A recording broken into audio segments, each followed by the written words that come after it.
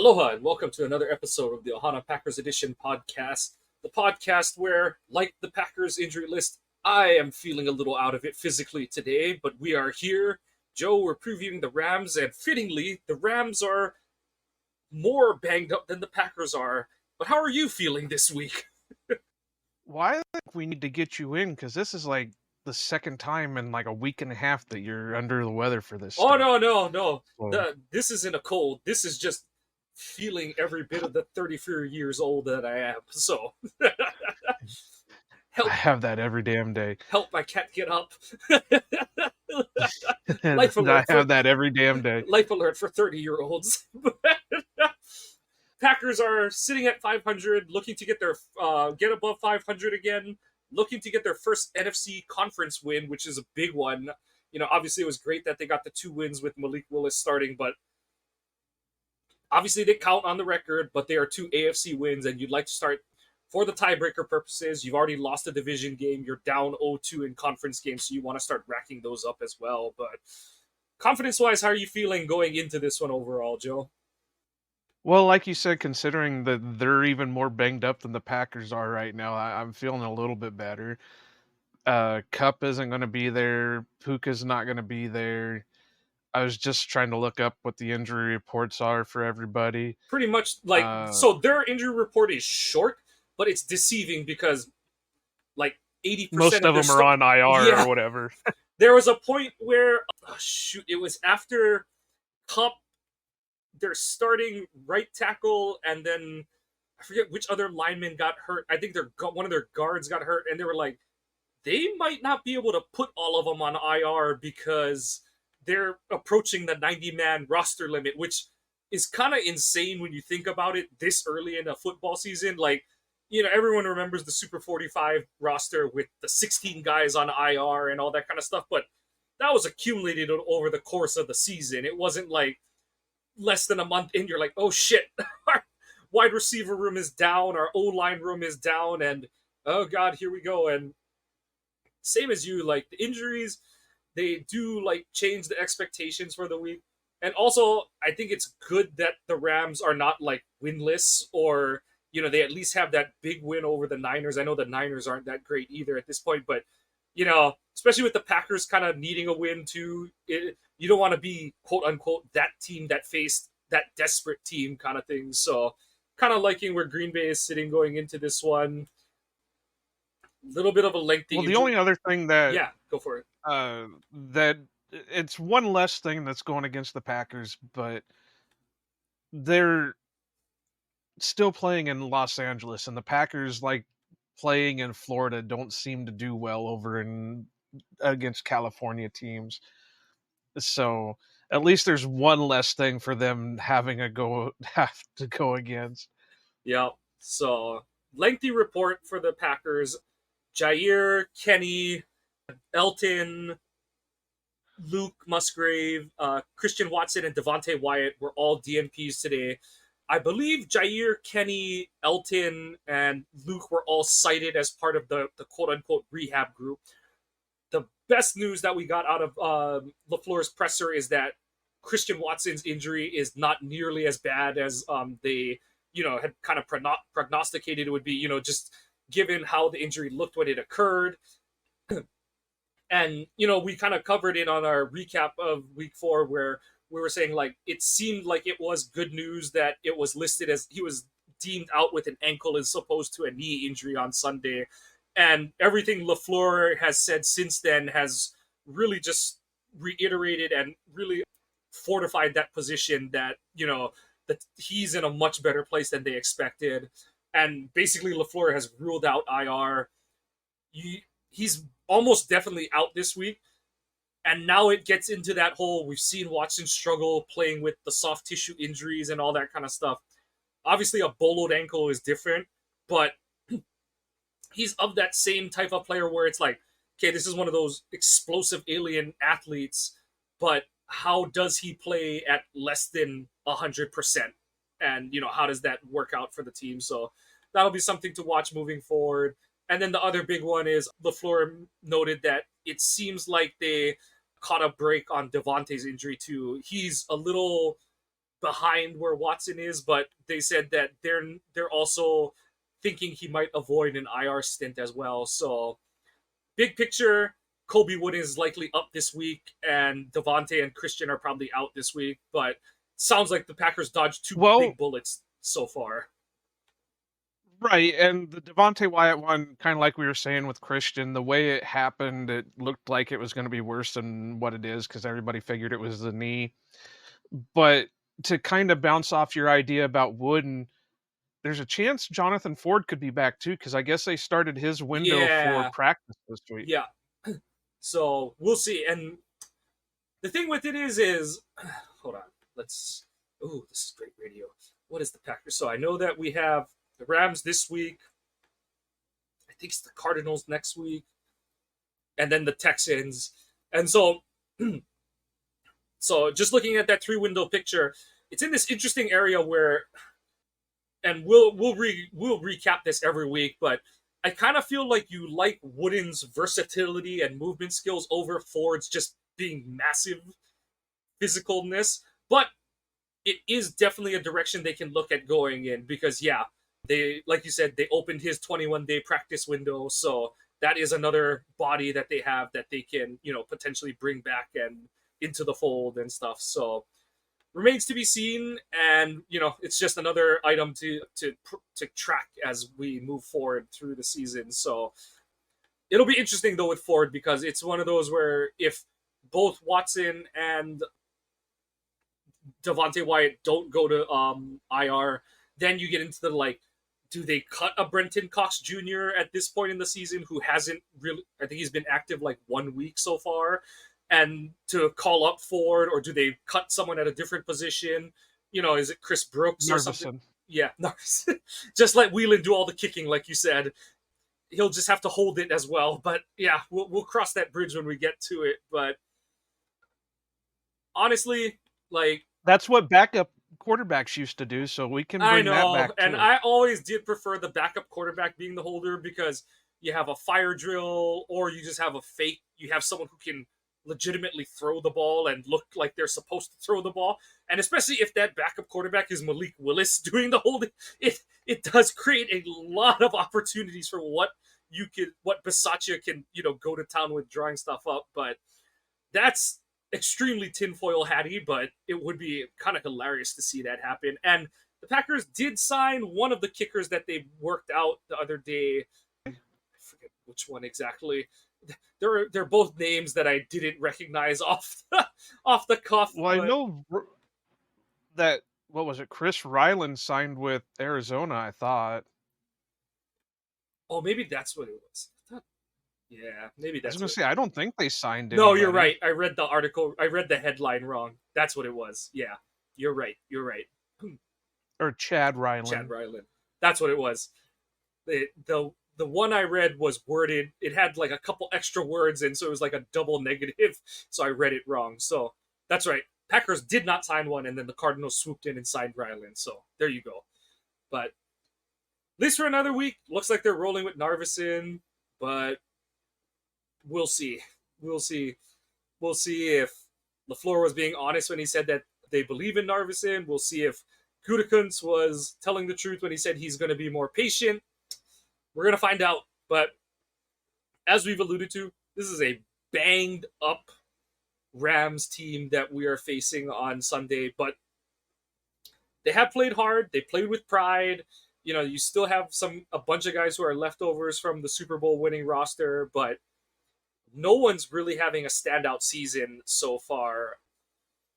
Stafford, through 4 games, he hasn't crossed 1,000 yards yet, which is kind of surprising, especially given what their run game situation. Yeah, but he's not that far under it. Yeah.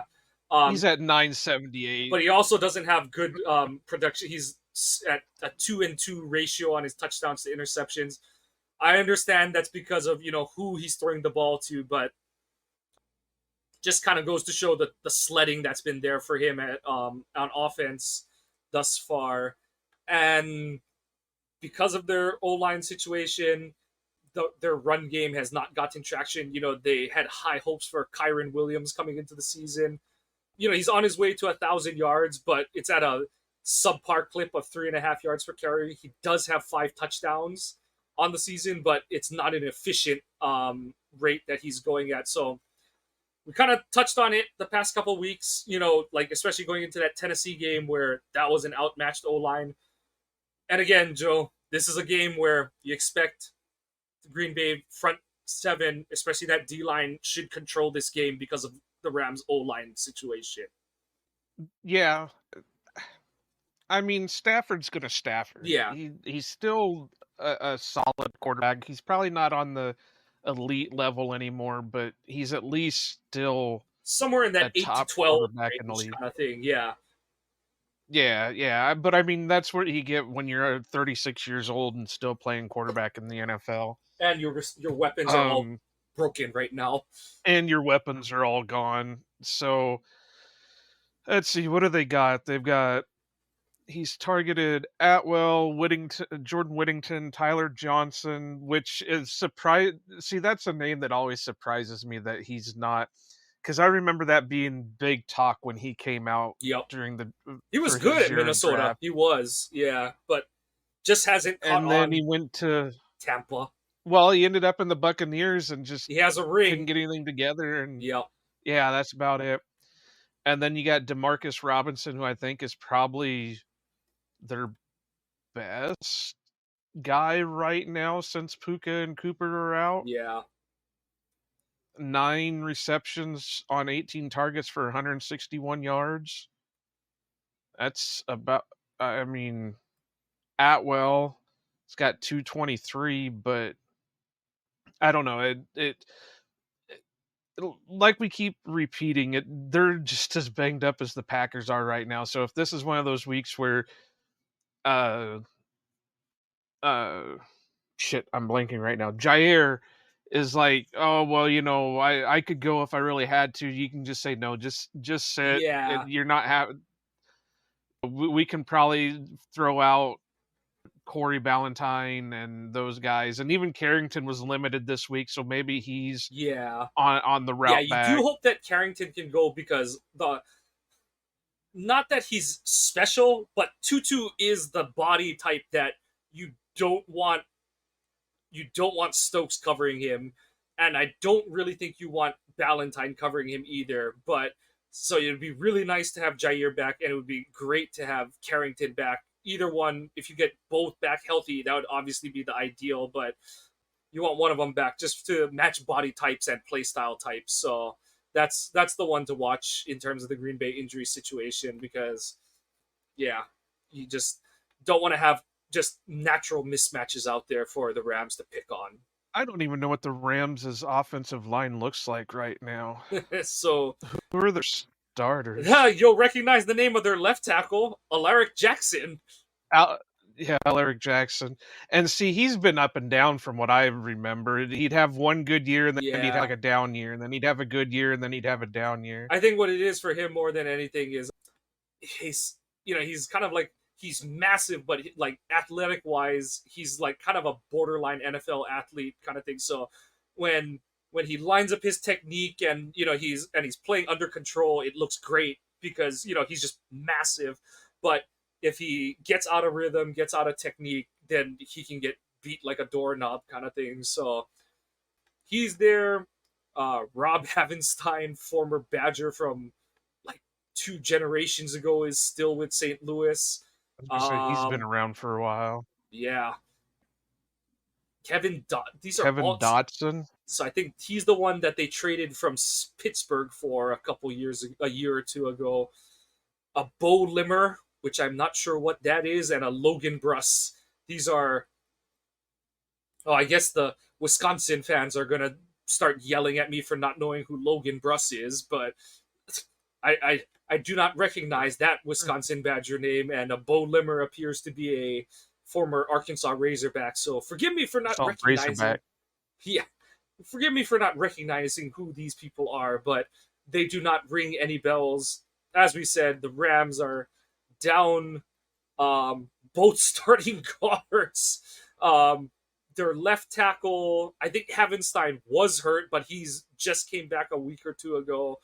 and I don't even remember if Limmer was supposed to be their starting center or not. So yeah, it's been a shuffle up front for them, and like I said, And I don't know what this site's color code means because I'm understanding that red means that they're out. I don't know what orange means, but it's him and then Dylan McMahon is behind him. yeah, Uh, so I don't know if that means he's the intended starter or if he's what. Maybe it means it's rookie because then it's got Blake Corum as the same color and Cody Schrader. uh, go So figure. that's got to mean he's a rookie. And then Dotson, I don't know I don't remember anything about He Dotson. wasn't Is he very good for related to Pittsburgh. He had Santana like or Earl? uh, or Santana. No, so Kevin Dotson, we've played against him, so he was good as a rookie, if I recall correctly. Okay as a sophomore, and then his play just tanked after that in 2022. So that's why Pittsburgh kind of just pulled the plug on him and was like, "Yeah, we'll give him away for." They got some like conditional sixth round pick for him or something like that from the Rams, a year or two ago when they traded him. So you know, journeyman O lineman. So, like I said, kind of like going into that Tennessee game, I don't think we're going to learn anything about the Green Bay D line. You can only be more concerned and disappointed coming out of this game. This is a lot like the Tennessee game where it's like, this is an O line that our D line should kick the butts of all day, all game kind of thing. And if they don't, there's only like one or two reasons you can point to. One being the whole like if again Jair and Carrington don't play, is McVay just scheming the shit out of his playbook to get the ball out of Stafford's hand quickly and all that kind of stuff. But even there, you can't be giving up big gains in the run game and stuff. Like I said, Kyron Williams and their running backs have not had a good season so far, so you can't be giving up any sort of gains there. And yeah, like at some point, that kind of short passing king game planning has to be shut off to some degree. So, like I said, we're not going to learn anything super positive about the Packers D line, but if they don't have a good game, more red flags go up at this point. Well, and this is going to be one of those games that if both Kenny and Devontae Wyatt don't play, then you've got backups out there. So, it's a damned if you do, damned if you don't. And, you hope that Kenny can go because I think he's been dealing with this so far all season. He's had I think the And toe is new, but he's been dealing with a bunch of little stuff like the back showed up on week 1 or something like that, and then I'd have to go back through, but I'm pretty sure the toe has been out there for a couple weeks. yeah. So, but yeah, like you said, it's going to be a weird week because the list is long. We're recording this on Wednesday night, so obviously they've got 2 more practices to go. But yeah, it'll be interesting to see how this gets taken up to through Friday and Saturday, and who they whether they do, like we said, make some of those moves with bringing up Jonathan Ford and cutting or putting someone else on IR. Do they is it just as simple as calling up Colby Wooden? So be it. But yeah, we're gonna find out going into this week. Well, it wouldn't necessarily be call up Wooden. Or He's not call him, already but on the activate roster. him, I should It's say. not Yeah, you're right. Yeah. So, but yeah, like I said, it's hard to talk about this Rams offense because none of these, I don't want to say none of these guys, but outside of Stafford, Kyron Williams, and I guess you can argue Tutu Atwell, none of these other guys are the guys we were quote unquote supposed to talk about going into this game. So, like I said, I don't even know half their names. I must get too old for this. I don't even. So it's one of those where, like I said, yeah.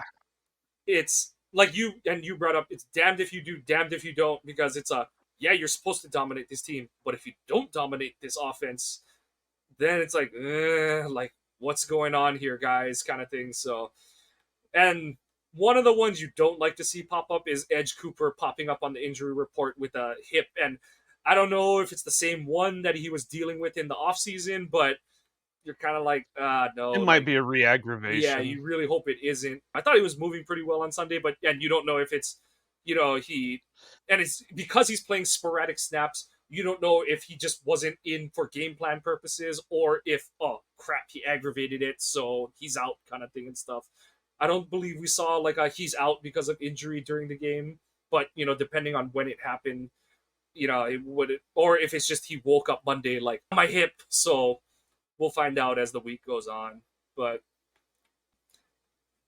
going from the Rams offense to the Rams defense, again, a lot of young names on this group. So they're in a 3-4 defense now.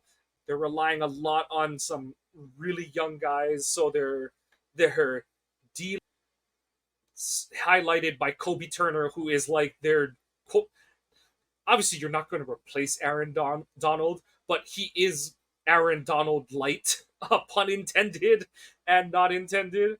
Same kind of guy, interior penetrator. I think he had like 9.5 sacks as a rookie, playing alongside Aaron Donald last season. Only has 1 sack so far, but Green Bay's interior O line play has been okay so far. So you hope that they were able to hold him at bay. Rookie Braden Fisk from Florida State has flashed here and there, but he's adapting to the NFL game. But Jared Verse, who is a guy that I was hoping would somehow slip to Green Bay, but obviously didn't. He has had a solid start to the season as a rookie edge player who's learning on the fly and learning how to play from a stand-up position. So front seven wise, it's a good matchup for the Packers. A lot of guys who are learning on the job. Well, I want to say that they were talking about how their run defense is about on par with, uh, oh, what was the team that we played that had a shitty run defense? Oh, the Colts. Yeah, there you go. On par with the Colts. Sorry, I'm for you. You were talking about being out of it. I'm like, my mind is gone for some reason tonight. But yeah, they were talking about how the Rams' run defense is about on par with the Colts. So if they can't scheme around and get some open looks with the run game, then you have to kind of question what's going on there too, considering what the Packers were able to do with Malik Willis at QB1 and the run heavy offensive playbook that they were using that day. So yeah, Oh, they may have some better guys out there, but it seems like they're better pass defenders than they are yeah. So, run like I said, defenders. that's kind of the danger that you have when you play with young front seven guys because it's all about, do you know how to fill your gaps? Do you know how to score your run fits? Or are you playing a little bit, almost blind because, of youth and stuff? So, big week for the Green Bay O line. Got to be able to, execute your game plan. And I do think Love shook off a lot of rust over the course of the game against Minnesota, but I do expect there's still going to be a bunch of that, especially being the first game that he's played on turf this season and just going from grass. He's only played on 2 fields so far. They've both been grass at this point. So, yeah, that first turf game, it feels weird on your joints and stuff like that. So, it'll be important for him to get his feet under him and, get his throws in because we saw that, have an effect on the Green Bay passing game on Sunday this past Sunday where, he was either not confident in the knee or, there was some pain tolerance that he was dealing with. So hopefully you're another week removed from the injury. So on that side of it, you're another week better. And on the other side of it, you played last week if you're Jordan. So now you're like, okay, I know what to expect. I know what it's like to be, when the live fire is coming at me and I have to perform. So hope to see a bounce back from Jordan. But like you kind of pointed out, they're actually worse than they're worse in the run game on defense than the Colts by a whole 7/10 of a yard. But so yeah, that'll be something that I'm sure LaFleur will want to exploit. And as much as I do want Jordan to, get in rhythm with all of his passing targets, give Wicks a boost of confidence, which I do think he got in the late fourth quarter of last week's game, but continue to build on that. as much as you want to accomplish all that, you also got to get this win. And if you can just bleed this game out by just mashing the Rams into submission, LaFleur is going to do that. We've seen him do it at home already against the Colts with the backup quarterback, and I'm sure he won't make any apologies if he does it with Love under center. Right. And people were pointing out that even Josh Jacobs was getting kind of frustrated on the sideline against Minnesota. It's like, yeah, but Josh, you guys are down so many points, Yeah, I was making the you jokes can't that run he out was there. more upset, like, hey, I left Oakland to get away, or Las Vegas to get away from this kind of game.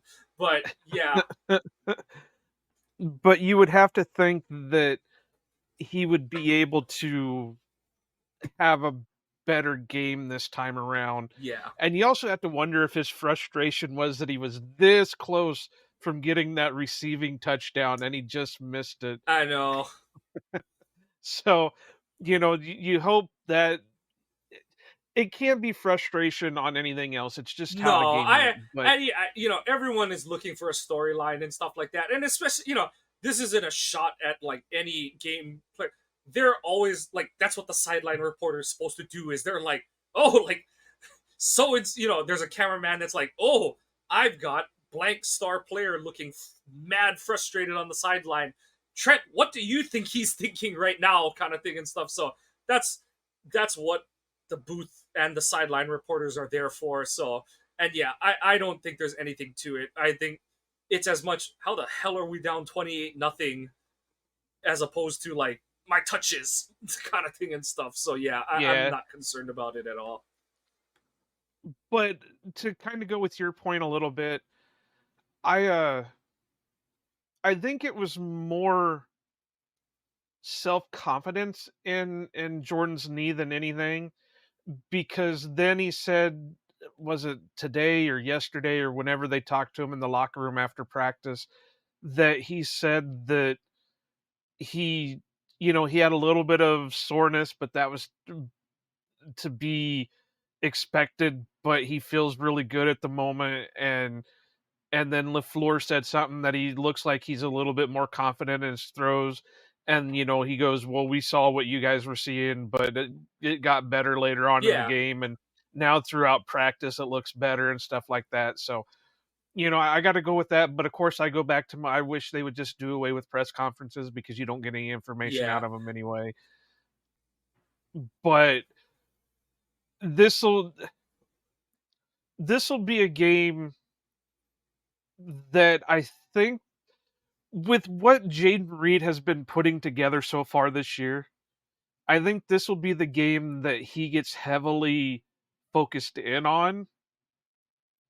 So that's going to hopefully open it up for other people, whether it's, Romeo, which, we all heard for the longest time that Romeo is, Love's favorite target in practice, and he's hoping it spreads out throughout, into games and that. Bo Melton, Malik Heath. You got to figure Heath uh, will be active for the game with if Christian. You wouldn't think Christian plays this week, but the way they talked, it sounded like he had a possibility. Yeah, It's like, no, I don't think so. But you know, you got to hope that if the Rams do focus in on Jaden, then they do. It opens it up, and hopefully Jordan sees that, because he is another one that he's not as bad. He does spread it around, but if he's having success with one guy, he's going to continue to look at that one guy and try to get to him. and I But do. like I said, it Oh no, go for it. Go for it. no, I was just going to round it out and just say that he does try to Yeah, spread it out, but that first look is always going to be the guy he's having yeah, success with in that game. yeah. And I do think people need to like have a better understanding of what you're saying, where his is more, it's more in the pace of feeling out the game, who's winning their one-on-one kind of thing and stuff, how the scheme is opening guys up. It's not like he goes in thinking, I know Jaden's gonna get me big plays, so I'm going there. It Yeah. You watch his targets pile up, they're pretty even to start a game, and then as the game goes, like, you get Jaden the two games that Love has been in, where it's like, that's the mismatch. That's where we're going because he's winning. He's open every time, kind of thing. You look at the Dallas playoff game last season. it was Romeo. Like Romeo was just the guy that kept getting open that game and stuff. So it isn't the like Favre or even Rodgers. Where and to Rodgers' point, there isn't a Devontae on this team kind of thing, or there isn't a Sterling Sharp on this team. But whereas those guys were like, that's the only guy I trust. Jordan's, it's more of a, oh, this is how the game is going, and then you see the, he starts like with the whole like he's got 9 completions to 6 different guys, but then by the third quarter you're like, oh, that guy's got 5 catches, kind of thing and stuff. So it's not, Well, and we were kind of seeing that against the Vikings. How many yeah, times did Dontavian get targeted? yep, Would we say it was 13 times? yep, Well, he just kept going back to that well, because it looked like Dontavian was having success getting open and all that other stuff more than others. But you hope that he can spread the ball around a little bit more. yep, You hope that they will get a little bit more exotic with some of their stuff, like the end arounds, and because really we haven't seen a lot of the true blue end yeah, arounds. They've been kind of the gimmicky toss to him, he's tossed to that, yeah. It's like a reverse more than it but is you're the not jet seeing, sweep. Yeah, yeah, yeah, exactly. yeah, you're not seeing as much as the jet sweep. And I think that's where Bo is going to have more of his success. Yeah, Is those little touch passes, just pop and let him burst out with his speed. So do a little bit of that, mix in your running backs. Honestly, depending on how severe Musgraves is looking right now, set him, let it be, Tucker and Sims. And if you've got to do a call up, I know they like that Messiah Swinson because they just brought him back a so couple many weeks Life of ago. Brian memes are ready in case he has any sort of game on Sunday or whenever he's called into action. But yeah, Well, you have Messiah Swinson and then you have Adonai Mitchell, and Adonai is Hebrew for Lord.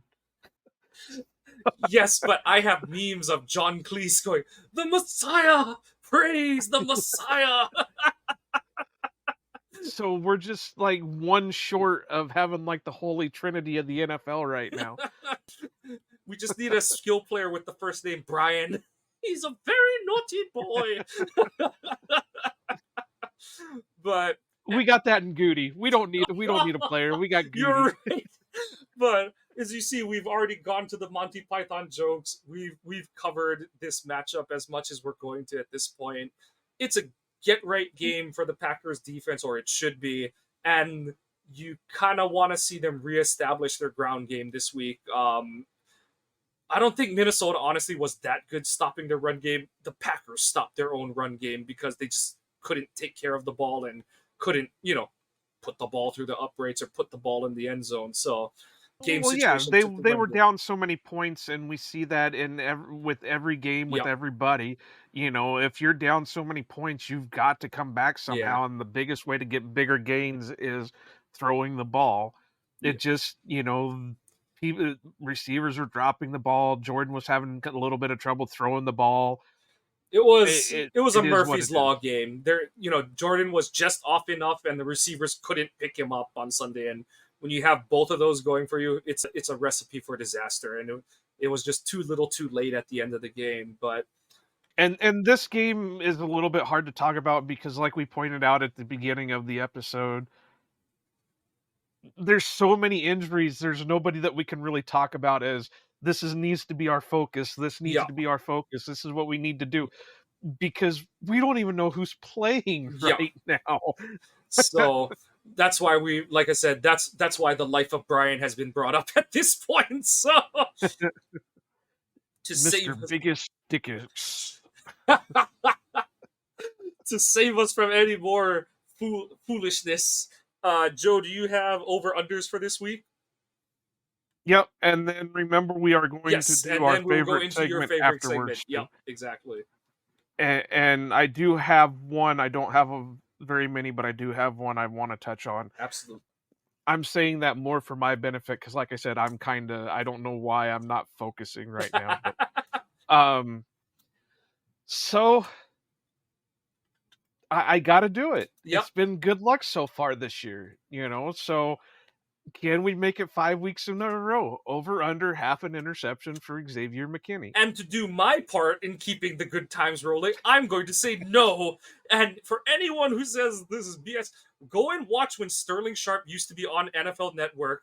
Sterling would always talk up the Green Bay Packers, would always, I know that some question like how much he really enjoyed being for the blah blah blah, but he always supported the Packers when he was on NFL Network, and his thing was always he never picked the Packers. So in honor of Sterling Sharp's NFL Network career, I am going under on the Xavier McKinney because I have gone under and it has worked. So to you, Joe. And I guess I got to take the over on that because, we just got to keep it going. But I've said all year, and I don't know what it is about it, that it won't be until about halfway into the season that people will finally start realizing we can't throw it in his direction. Well, and then this is one of those weeks, too, where, like, the Rams are kind of screwed on game planning away from him because it's like, you can't, like, if you had Cooper Kupp, it's like, okay, they're going to shade safety help kind of thing and stuff.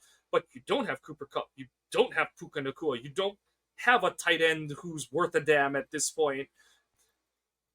Like, so yeah, I guess you do want to have someone over the top of Tutu Atwell. But that's the thing is, like, Stafford's always been that guy where it's like, he's kind of far like where it's like, okay, I'll play by the rules, but all right, fuck it, it's not working, I'm gonna let it rip kind of thing. And it's to that point where you're kind of like, this is one where Xavier, it might be more of like a overthrow, underthrow kind of thing, but you like the chances of him stealing, like literally stealing one in this scenario.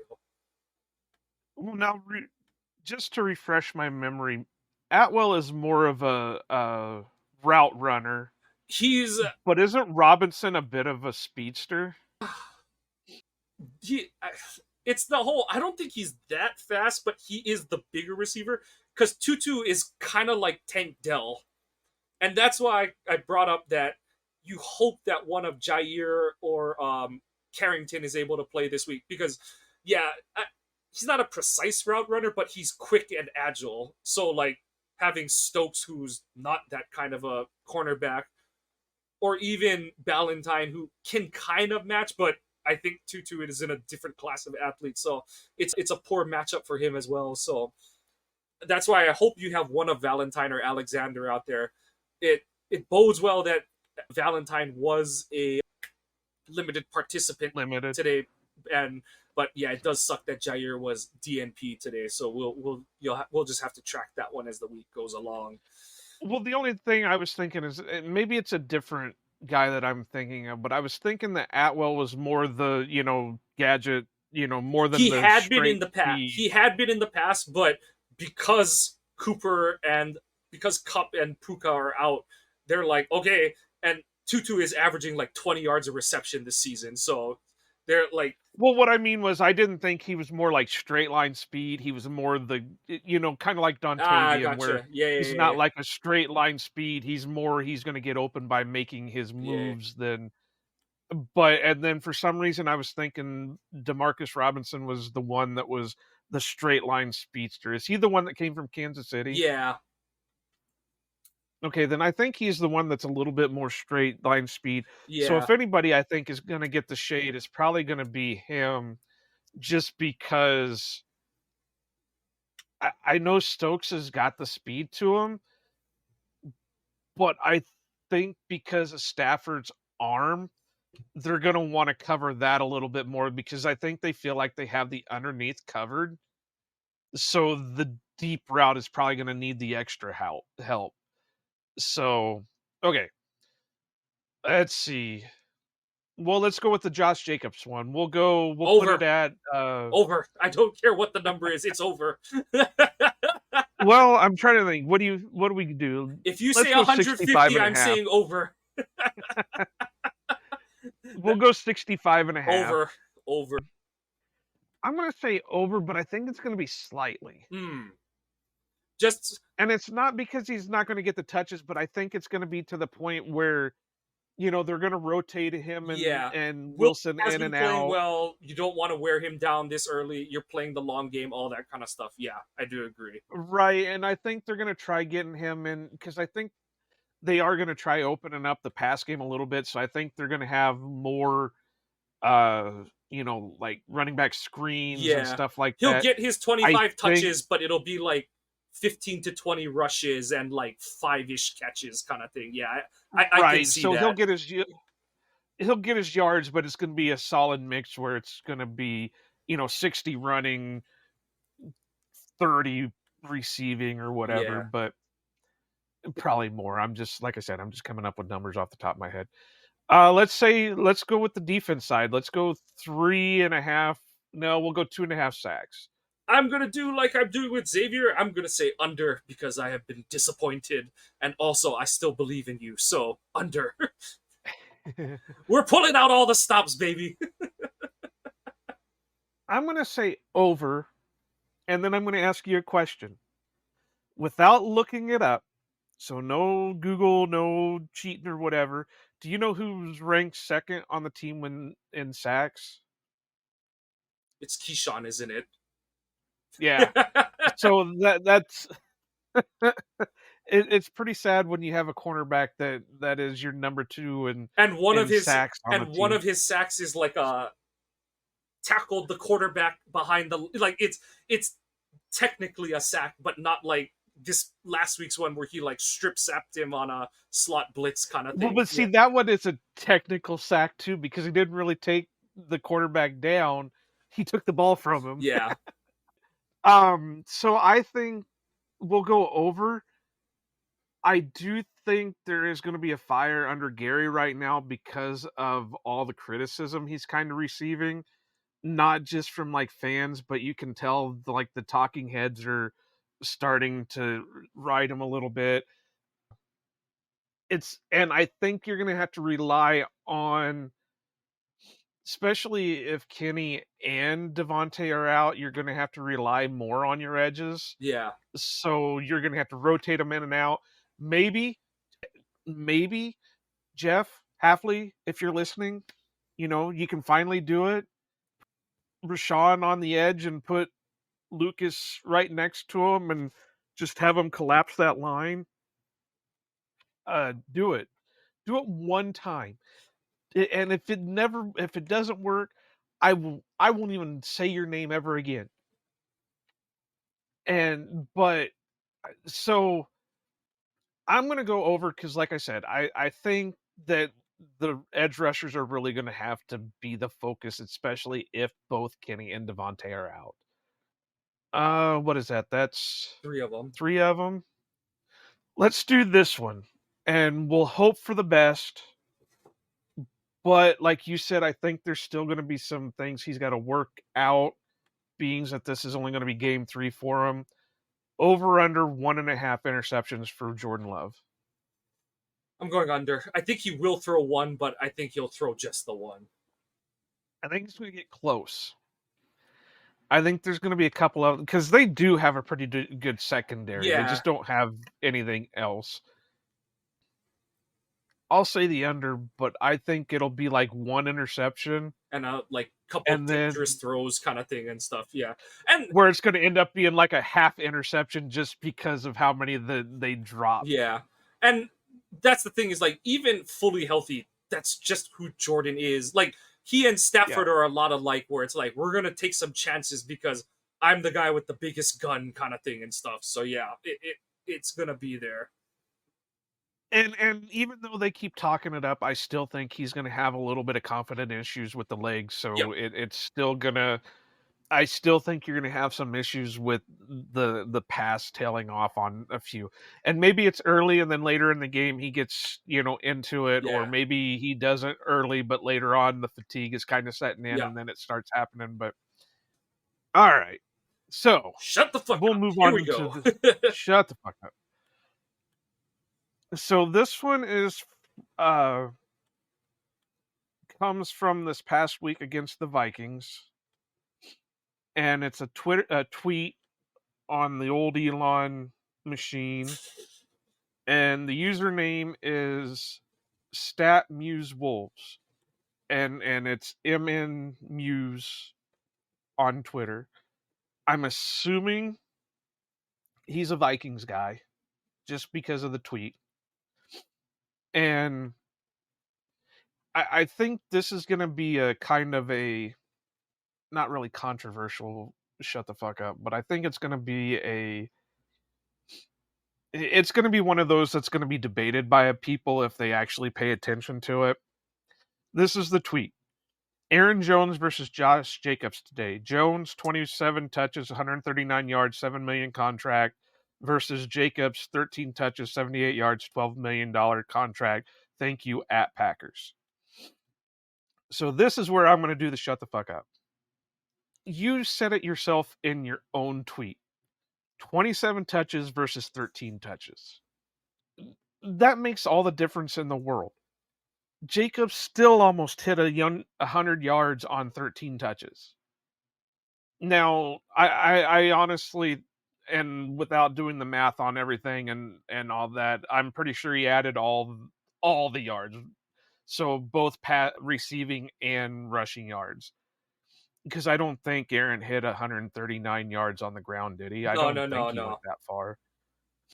So, and I'm pretty sure Josh didn't hit 78 yards just on rushes. I think he was at like 60 some, and then he had a few, like 10 or so receiving. So you said it yourself, 27 touches versus 13 touches. $7 million contract versus $12 million contract. But you have to remember how much money Aaron Jones is making from the Green Bay Packers because of all the dead money they had to give up. It was a lot easier for him to take that $7 million contract, knowing that he's probably getting another $7 million from the Green Bay Packers to offset things. The Brandon Jacobs is pure free agency. There's no release. There's no nothing. It was a pure free agent. Josh Jacobs, sorry. I told you I'm all out of it. Is a pure free agent signing. That's what he was going to be making no matter where he went. Matter of fact, I think there's a little bit more. Didn't he say the Chiefs offered him more? But he refused to go to the Chiefs because of all the years he played against them. So your tweet makes no sense. I understand you're trying to get that little jab and that gotcha Packers, but it doesn't work. They're two different players. Jacobs is younger. Jones, while still is older, the body types are completely different. Their play styles are completely different. They're at different points in their careers. And you got to look at the game. Yeah. Jacobs would have got more touches had it been a more relevant game other than a quarter and a half. Had it been a full game where there was only 2 points between the two teams throughout the whole game, Jacobs would have got more touches on the ground or more passes through the air. But he didn't because they were so far behind from the first half. So the Packers, like we mentioned earlier, what's the best way to make a comeback? Through the air, because that's where you're going to get your bigger chunks of yards. So now, while this isn't a really controversial shut the fuck up, this is still an important shut the fuck up because that tweet, you proved yourself wrong in your own damn tweet. You were trying to get that gotcha, that little jab in, and it didn't work. Well, I guess it did work because we're making a deal out of it, but it didn't do what you think it was going to do. So, what did I say your name was? MN Muse? Shut the fuck up. Yep. Just, and like you said, it's the weird one where when you're on the losing side of it and you go scoreboard. Like you said, Jacobs wasn't going to rush the ball 20 plus times when you're down 28-0 in the early parts of the second quarter of a game. So just is what it is. Well, yeah, because what's the easiest way to stop the clock? It's not by handing it to your running back and let him bounce off a few guys. Yep. It's throw the ball into a place where nobody's going to catch it. Yep. So that's that. And just like the rest of this episode, we're not going to drag this one out much longer than it needs to be. So that's going to do it for us tonight. Thank you for joining us on this opponent preview. Please check out the website, ohanapackers.org. Please support our crucial catch theme for that Joe has put together and puts a lot of hard work into. Joe, you wanted to give a little spiel on that one for what our outreach is going to with that line? We'll probably do a video here pretty soon just to talk about everything, but 2 t-shirt designs. There are multiple colors to choose from. You don't have to choose the 2 colors that the pictures are. That's just to show you what it looks like. But the cancer awareness one, we are donating to Trish's troops, and we've selected 2 American Legions that are going to be getting the money from the I don't really want to call it salute to service just in case the NFL finds out and say you can't do that.